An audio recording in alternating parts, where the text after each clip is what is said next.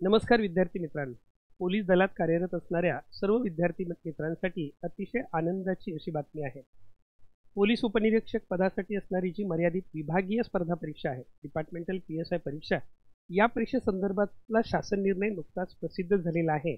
आज 1 सप्टेंबर 2025 रोजी हा शासन निर्णय प्रसिद्ध झालेला आहे आणि या शासन निर्णयामध्ये जी अगदी 1998 सालापासून होत असलेली डिपार्टमेंटल PSI परीक्षा जी आहे ती मागील काही दिवसांमध्ये बंद केल्याबद्दलच्या चर्चा होत्या आणि त्यामध्ये पदोन्नतीच्या द्वारे म्हणजेच 50% पदं ही सरळ सेवेने भरण्यात यावी आणि 50% पदं ही पदोन्नतीने भरण्यात यावी असा निर्णय घेण्यात आलेला होता। पण दरम्यानच्या काळामध्ये या निर्णयामध्ये बदल करावा असा शासनाकडे प्रस्ताव गेला आणि त्याच्यानंतर तुम्ही ते वाचू शकता की अप्पर पोलीस महासंचालक आस्थापना पोलीस महासंचालक महाराष्ट्र राज्य यांचे कार्यालय मुंबई यांनी दिनांक 3/10/2023 रोजीच्या पत्रान्वये मर्यादित विभागीय स्पर्धा परीक्षा पुन्हा सुरू करण्याचा प्रस्ताव शासनास सादर केला होता। त्यानुसार शासनाने सदर प्रस्तावाचा विचार करून ही परीक्षा पुन्हा सुरू करण्याचा निर्णय घेतला असून त्याबाबत सर्वंकष मार्गदर्शक तत्त्वे विहित केली आहेत। म्हणजे यामध्ये सगळ्यात महत्त्वाचं विधान आहे की ही खात्यांतर्गत जी परीक्षा आहे ती मर्यादित विभागीय परीक्षा पुन्हा सुरू करण्याचा निर्णय शासनामार्फत घेण्यात आलेला आहे। म्हणजे इथून पुढे जी पदं भरली जातील ती 50-25-25 या प्रमाणात भरली जातील। ह्याच्याबद्दल सविस्तर असा हा शासन निर्णय आपल्याला या ठिकाणी देण्यात आलेला आहे। या शासन निर्णयामध्ये स्पष्टपणे म्हटलेलं आहे की महाराष्ट्र लोकसेवा आयोगामार्फत पोलीस शिपाई ते पोलीस सहाय्यक पोलीस उपनिरीक्षक या संवर्गातील पात्र उमेदवारांसाठी घेण्यात येणारी पोलीस उपनिरीक्षक पदासाठीची मर्यादित विभागीय स्पर्धा परीक्षा या विभागाच्या शासन निर्णय दिनांक 25/2/2022 अन्वये लिमिटेड डिपार्टमेंटल कॉम्पिटिटिव्ह एक्झाम जी आहे ती या विभागाच्या शासन निर्णय दिनांक 25/2/2022 अन्वये रद्द करण्यात आली होती। 25/2/2022 निर्णयातील परिच्छेद 7 या शासन निर्णयाने रद्द करून पोलीस उपनिरीक्षक पदासाठीची मर्यादित विभागीय स्पर्धा परीक्षा पुन्हा सुरू करण्यात येत आहे। पोलीस उपनिरीक्षक संवर्गाची पदे यापुढे 50-25-25 याचा अर्थ 50% पदं जी आहेत ही महाराष्ट्र लोकसेवा आयोगामार्फत सरळ सेवेने म्हणजे डायरेक्ट PSI भरतीने भरली जातील। 25% पदं जी आहेत ही आपल्या स्पर्धा परीक्षेने म्हणजेच लिमिटेड डिपार्टमेंटल कॉम्पिटिटिव्ह एक्झाम मर्यादित विभागीय स्पर्धा परीक्षेमार्फत ही पदं भरली जातील। त्यानुसार हे जे आरक्षण आहे आपण या ठिकाणी बघू शकतो। त्यासाठी महाराष्ट्र लोकसेवा आयोगामार्फत 50%, LTCE परीक्षेच्या मार्फत म्हणजेच महाराष्ट्र लोकसेवा आयोगामार्फत आयोजित मर्यादित विभागीय स्पर्धा परीक्षेमार्फत 25% आणि पदोन्नतीने 25% अशा पद्धतीने इथून पुढे PSI या पदाची भरती करण्यात येणार आहे। याबद्दलचा शासन निर्णय आज नुकताच प्रसिद्ध झालेला आहे आणि मग याच्यामध्ये या शासन निर्णयामध्ये मार्गदर्शक तत्त्वे देण्यात आलेली आहेत। या तत्वामध्ये पहिलं पात्रता हा सगळ्यात महत्त्वाचा मुद्दा आहे। पात्रतेमध्ये सदर परीक्षेसाठी सध्या परिस्थितीत पोलीस शिपाईपासून ते सहाय्यक पोलीस उपनिरीक्षक या पदावर कार्यरत असलेले कर्मचारी पात्र राहतील। मग यामध्ये पोलीस शिपाई, पोलीस नाईक, पोलीस हवालदार, सहाय्यक पोलीस उपनिरीक्षक या पदावर असलेले कर्मचारी पात्र राहतील। जर कर्मचारी महाराष्ट्र राज्य माध्यमिक शाळा प्रमाणपत्र म्हणजे SSC 10वीची परीक्षा उत्तीर्ण झाला असेल किंवा महाराष्ट्र शासनाने मान्यता दिलेल्या समकक्ष परीक्षा उत्तीर्ण झाला असेल तर ज्या वर्षी परीक्षा घ्यावयाची आहे त्या वर्षाच्या 1 एप्रिल रोजी ही तारीखसुद्धा सर्वांनी नमूद करून ठेवा।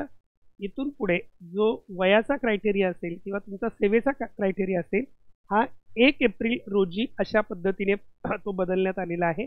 1 एप्रिल रोजी त्याने किंवा तिने किमान 6 वर्षाची अखंडित नियमित सेवा करणं गरजेचं आहे।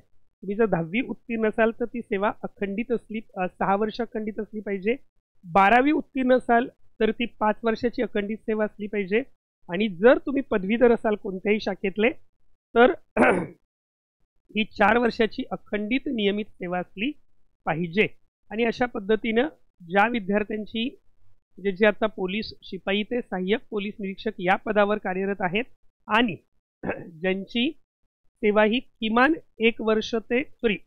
4 वर्ष म्हणजे पदवीधर उमेदवारांसाठी 12वी उत्तीर्ण उमेदवारांसाठी 5 वर्ष आणि 10वी उत्तीर्ण उमेदवारांसाठी 6 वर्ष एवढी झाली असेल अशा विद्यार्थ्यांना या परीक्षेला प्रविष्ट होता येईल असं सांगण्यात आलेलं आहे. सगळ्यात महत्त्वाचा मुद्दा आहे वयोमर्यादेचा. तर वयोमर्यादा जी आहे ही वयोमर्यादा खुल्या प्रवर्गातील विद्यार्थ्यांसाठी 1 एप्रिल रोजी म्हणजे ज्या वर्षी जाहिरात निघेल त्या वर्षीच्या 1 एप्रिल रोजी 35 वर्षापेक्षा त्याचं वय जास्त नसावं आणि जे मागासवर्गीय उमेदवार आहेत त्यांच्यामध्ये ही 5 वर्षाची सवलत असेल म्हणजे 40 वर्षापेक्षा ते वय जास्त नसावं. त्याच्या पुढे दक्षता प्रमाणपत्राबद्दल सांगितलेलं आहे.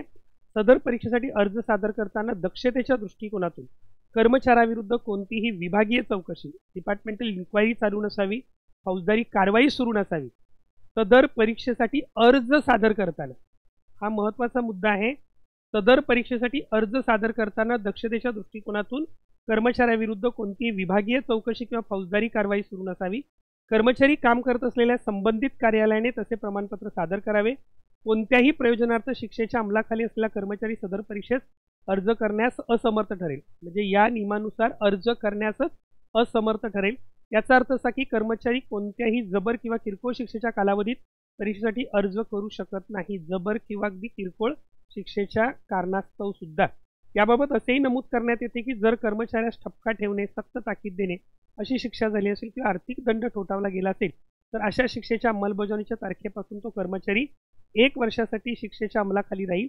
त्यानुसार ज्या कर्मचाऱ्याविरुद्ध फौजदारी खटला, विभागीय चौकशी किंवा फौजदारी कार्यवाही प्रलंबित असेल तो कर्मचारी परीक्षेला बसण्यास असमर्थ राहील असं सांगितलेलं आहे.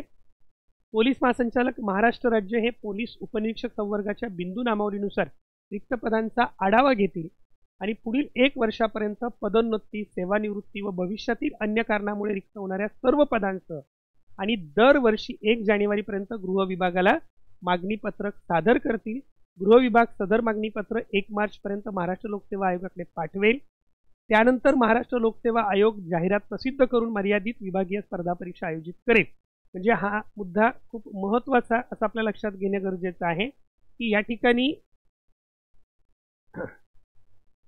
प्रत्येक जो कार्य आहे हा कार्यकाल सुद्धा अधिसूचित करण्यात आलेला आहे.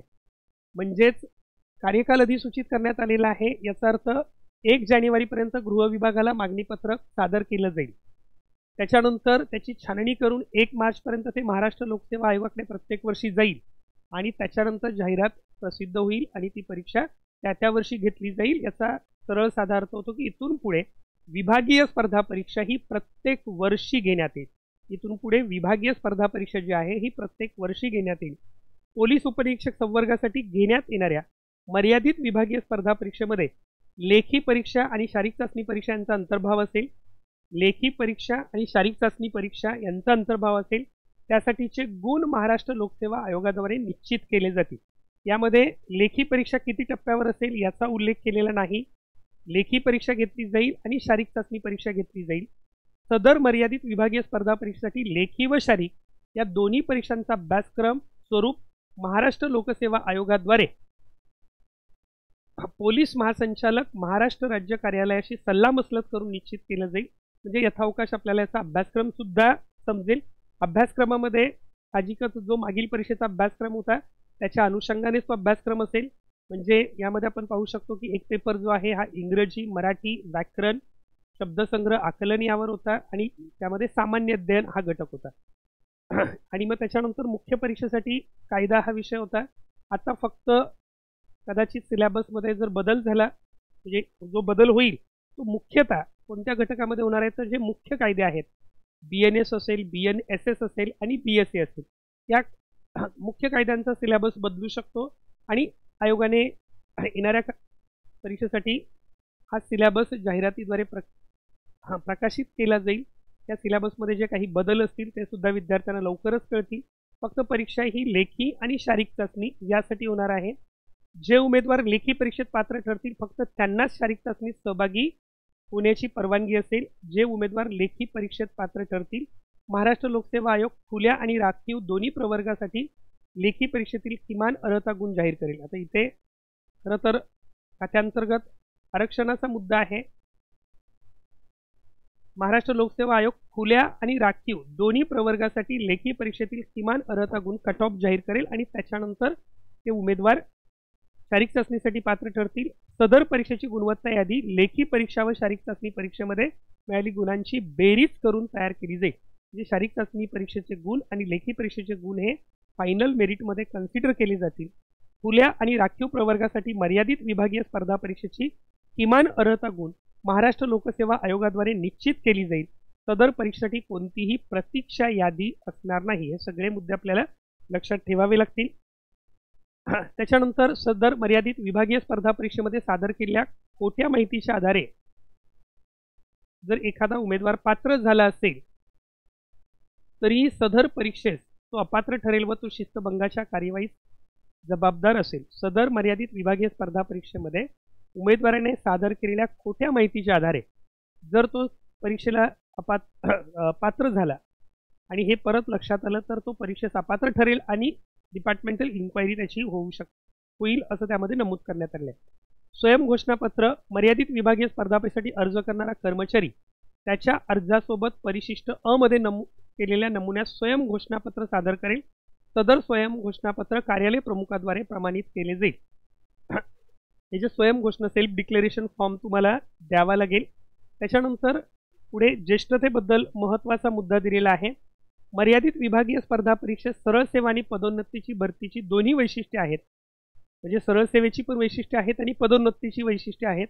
ही एक स्पर्धात्मक परीक्षा असल्याने सदर परीक्षेमध्ये पात्र ठरणाऱ्या उमेदवारांची ज्येष्ठता ही त्यांच्या महाराष्ट्र पोलीस प्रशिक्षण अकादमीच्या प्रशिक्षणानंतरच्या अंतिम गुणवत्तेच्या आधारे निश्चित केली जाईल। जे तुमचं सिनियरिटी असेल ही सिनियरिटी कशावरून ठरणार आहे तर पोलीस प्रशिक्षण अकादमी जे प्रशिक्षण झाल्यानंतर जी तुमची अंतिम गुणवत्ता लागेल त्याच्यावरून ही ठरवली जाणार आहे। ही अंतिम गुणवत्ता महाराष्ट्र लोकसेवा आयोगाद्वारे घेतलेल्या लेखी आणि शारीरिक परीक्षामध्ये मिळालेल्या गुणांची आणि महाराष्ट्र पोलीस प्रशिक्षण अकादमीद्वारे घेतलेल्या लेखी आणि शारीरिक परीक्षामध्ये मिळालेल्या गुणांची बेरीज करून निश्चित केली जाईल। यामध्ये महाराष्ट्र लोकसेवा आयोगाकडील परीक्षा गुण व महाराष्ट्र पोलीस अकादमीकडील परीक्षा गुण यांचे गुणोत्तर अनुक्रमे 70-30% राहील। हा मुद्दा नीट लक्षात घ्या। ज्यावेळेला तुमची सिनियरिटी लिस्ट तयार करण्यात येईल त्यामध्ये महाराष्ट्र लोकसेवा आयोगाकडून जी परीक्षा घेतलेली आहे त्याचा 70% त्या गुणांचा विचार केला जाईल आणि 30% जे MPAचे जे गुण आहेत महाराष्ट्र पोलीस अकादमीची जी परीक्षा असेल त्याच्यामध्ये मिळालेले जे गुण आहेत या गुणांचा विचार केला जाईल आणि 70+30 अशा पद्धतीने ते जे मार्क्स आहेत ते एकत्र करून सिनियरिटी लिस्ट ठरवली जाईल। कर्मचाऱ्याचे पूर्वीचे पद सेवा ज्येष्ठता ग्राह्य धरली जाणार नाही। तथापि मर्यादित विभागीय स्पर्धा परीक्षा हा पदोन्नतीचा मार्ग असल्याने सदर परीक्षेसाठी सध्या आरक्षण लागू होणार नाही। त्याला आरक्षण लागू होणार नाही। याच्यामध्ये याबाबत माननीय सर्वोच्च न्यायालयासमोर प्रलंबित असलेला एक खटला जो आहे विजय घोगरे आणि इतर यांच्या विरुद्ध त्याच्या निकालाच्या अधीन असेल असंही त्यामध्ये म्हटलेलं आहे।